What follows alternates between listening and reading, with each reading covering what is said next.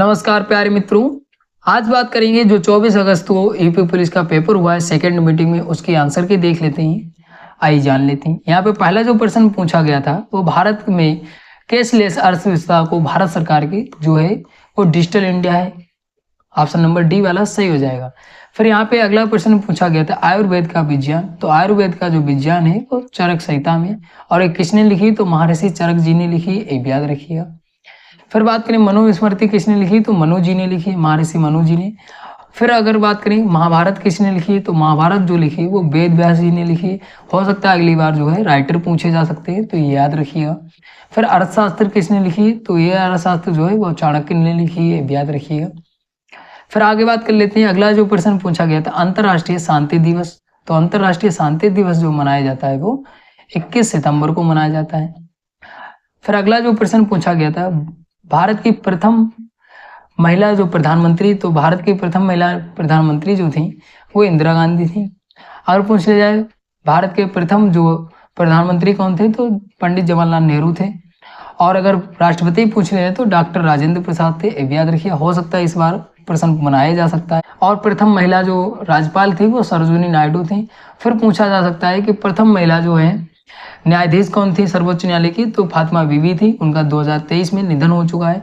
ये प्रश्न बार बार पूछे जाते हैं, तो ये बनाए जा सकते हैं अगली बार परीक्षाओं में, तो याद रखिएगा। फिर आगे बात करें, यहाँ पे पंचायतों की स्थापना अनुच्छेद पूछा है, तो ये जो है अनुच्छेद 243 है। फिर आगे बात करें विश्व मौसम विज्ञान, तो यहाँ पे विश्व मौसम विज्ञान पूछा था, तो ये जो है वो कब मनाया जाता है तो ये जो मनाया जाता है वो 23 मार्च को मनाया जाता है। ऑप्शन नंबर जो होगा वो डी वाला सही हो जाएगा। 8 मार्च को मनाया जाता है महिला दिवस, ये भी याद रखिए। फिर अगर पूछा जाए आर्द्रभूमि दिवस तो ये 2 फरवरी को मनाया जाता है। विज्ञान दिवस जो है 28 फरवरी को मनाया जाता है, ये भी याद रखिएगा। तो ये प्रश्न बार बार पूछे जाते हैं, ये याद रखिएगा।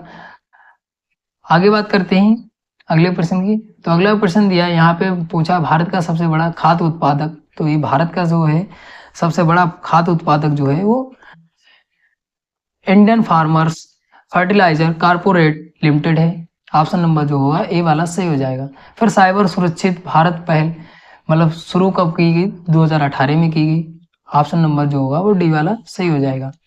फिर यहाँ पे G20 की जो समिट हुई थी 2023 में, उसका जी का मतलब पूछ लिया क्या है जी, तो जी जो है वो ग्रुप है। जो G20 है मतलब 20 देशों का जो समूह है, उसको जी का मतलब होता है ग्रुप, ये भी याद रखिएगा। इसकी समिट जो हुई थी 2023 में हुई थी, सितंबर में दिल्ली में ही आयोजित हुई थी, ये भी याद रखिएगा। आगे बात कर लेते हैं अगले प्रश्न की। तो अगला प्रश्न दिया है क्षेत्रकार आधारित अनुसंधान को किस प्रकार वर्गीकृत, तो ये जो है वो प्रयोग सिद्ध।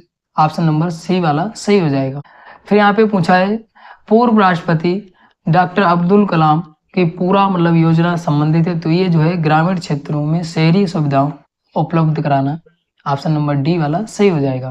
अगला प्रश्न दिया है दुनिया भर में आपदा जोखिम में कमी के लिए दिशा निर्देश सहायता प्रदान करने के लिए संगठन पूछा है कौन सा है, तो ये है वो UNDRR है। ऑप्शन नंबर जो होगा वो डी वाला सही हो जाएगा।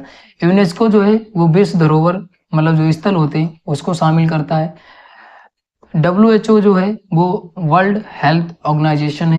फिर यहाँ पे पूछा है एन एरा ऑफ डार्कनेस, तो इसके जो राइटर हैं वो शशि थरूर है।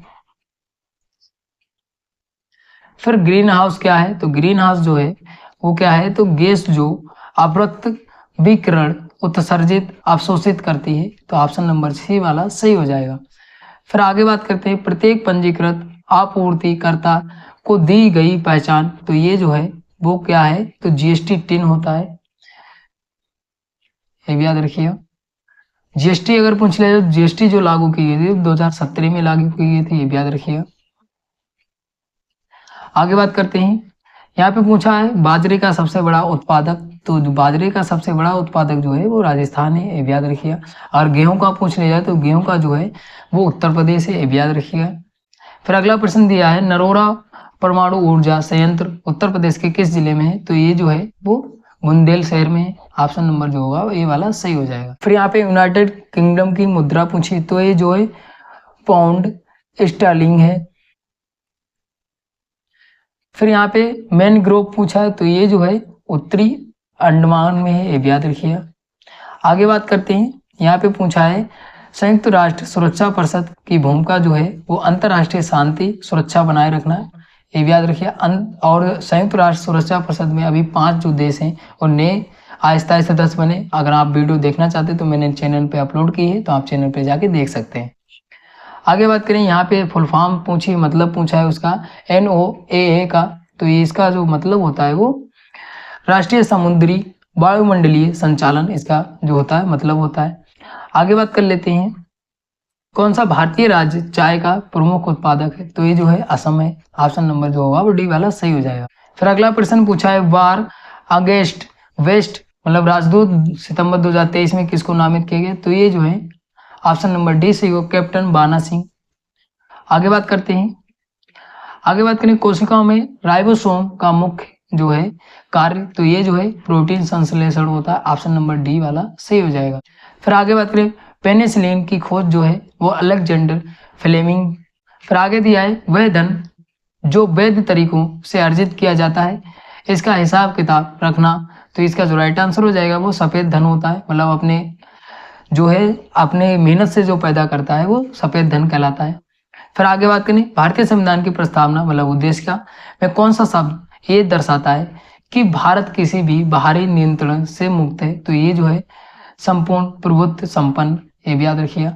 अगला प्रश्न दिया भारत में निम्नलिखित में से कौन सा पठार अरावली विंध्य क्षेत्र के बीच स्थित है, तो जो है मालवा का पठार, ऑप्शन नंबर जो होगा डी वाला सही हो जाएगा। फिर जयंती के जनक तो जो है यूक्लिड है।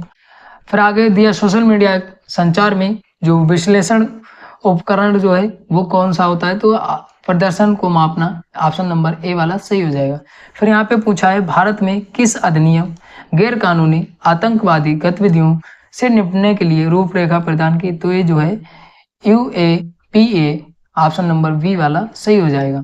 आगे बात करते हैं, अगला प्रश्न दिया भारत और रूस वार्षिक शिखर सम्मेलन का क्या महत्व, तो ये जो महत्व देखिए कोई भी शिखर सम्मेलन होता है तो उसमें मतलब आपसे साझेदारी राजनीतिक साझेदारी है, इस पे बातें होती हैं, तो ये जो है ऑप्शन नंबर बी वाला सही हो जाएगा। आगे बात करें सोशल मीडिया में कंटेंट क्यूरेशन शब्द मतलब है, इसका जो राइट आंसर हो जाएगा वो आंसर नंबर डी वाला सही हो जाएगा। आगे बात करें अगले प्रश्न की, तो अगला प्रश्न दिया है SAC कोड जो होता है वो ऑप्शन नंबर जो होता है वो डी वाला सही हुआ, 6 होते हैं। फिर आगे बात करें भारत के लौह पुरुष, तो ये जो है सरदार वल्लभ भाई पटेल को जाना जाता है लौह पुरुष के नाम से। अगला प्रश्न दिया है 1997 में अपनाई गई किस अंतर्राष्ट्रीय संधि का उद्देश्य रासायनिक हथियारों के उत्पादन भंडारण प्रयोग को समाप्त करना, तो ये जो है ऑप्शन नंबर बी वाला सही हुआ, रासायनिक हथियार सम्मेलन। फिर जो अगला प्रश्न दिया है भारत ने ब्रिटिश शासन से किस वर्ष स्वतंत्रता प्राप्त की, तो ये जो है वो ऑप्शन नंबर डी वाला सही हो, 1947 में 15 अगस्त 1947 को देश आजाद हुआ था, ये भी याद रखिएगा। तो इतने आंसर की थी GS की। मिलते हैं अगली वीडियो में, धन्यवाद।